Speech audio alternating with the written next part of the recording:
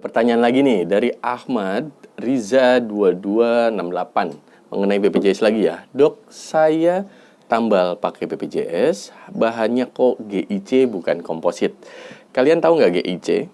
Dan resin komposit itu salah satu dari pilihan-pilihan bahan tambal gigi yang ada. Nah, kalau misalkan GIC adalah gelas ionomer kaca. Terus pengeringannya alami dan biasanya memang beda warnanya dengan bahan resin komposit. Warnanya itu memang putih tapi tidak sesuai dengan dari warna gigi tersebut. Nah, biasanya untuk digunakan pada kasus-kasus posterior atau bagian belakang dan kasus-kasus gigi yang tidak membutuhkan estetika yang tinggi. Nah, terus kalau misalnya GIC itu untuk kasus yang linu-linu, karena bisa masuk ke pori-pori dari dentin itu, bisa menutupi lapisan-lapisan tersebut yang nantinya memang akan mengeras dan ada seperti bahan untuk menenangkan si saraf tersebut supaya nggak linu lagi. Nah, itu GIC atau gelas ionomer kaca. Sekarang ada lagi yang resin komposit. Resin komposit itu bahan tambalan gigi yang diperuntukkan untuk menyamarkan warna gigi karena bahan resin komposit itu bisa diaplikasikan untuk gigi berlubang sehingga warna giginya hampir mirip dengan warna gigi asli dengan cara penyinaran atau laser. Nah, penyinaran atau laser tersebut dilakukan untuk mengeraskan bahan tambalan resin komposit tersebut sehingga tidak memerlukan alami. Nah, bahan resin komposit ini biasanya lebih cepat kering karena proses penyinaran yang dilakukan untuk mengeraskan dari bahan resin komposit itu.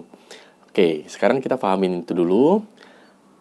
Terus, kok GIC dipakai untuk BPJS dan resin komposit pada kasus ini itu tidak dipakai. Kenapa? Karena giginya itu pastinya menganalisa kasus-kasus yang akan dikerjakan. Semisal nih, si karies itu membutuhkan lapisan penutupan sehingga tidak terjadi linu lagi.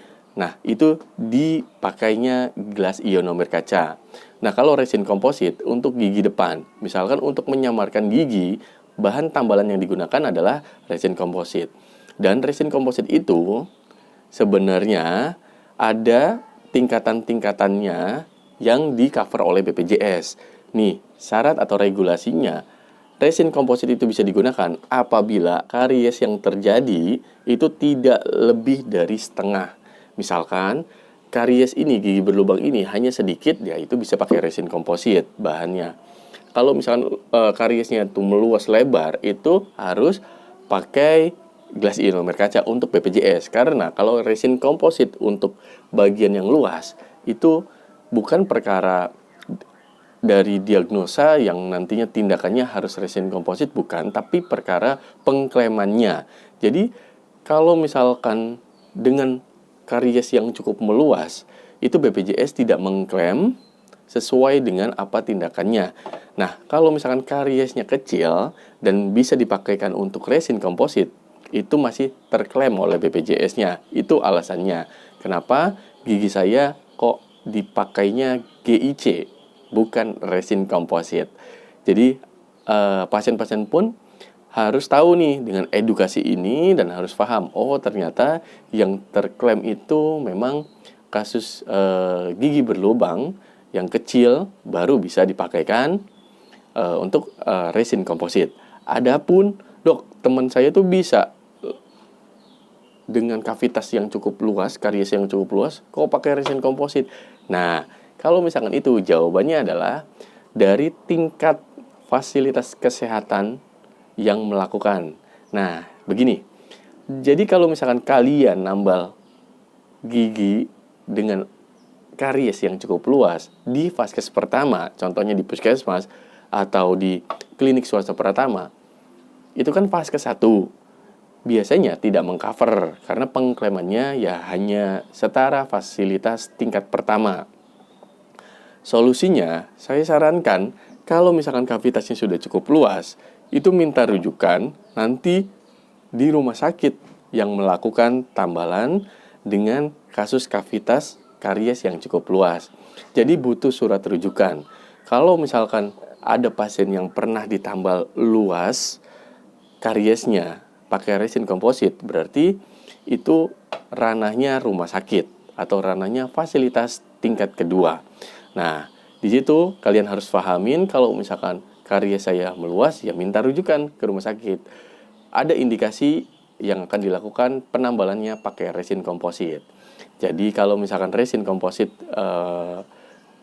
saya berobatnya di Vaskes 1, di Puskesmas, ya mungkin tidak bisa dilakukan karena pengklaimannya itu berbeda dengan rumah sakit.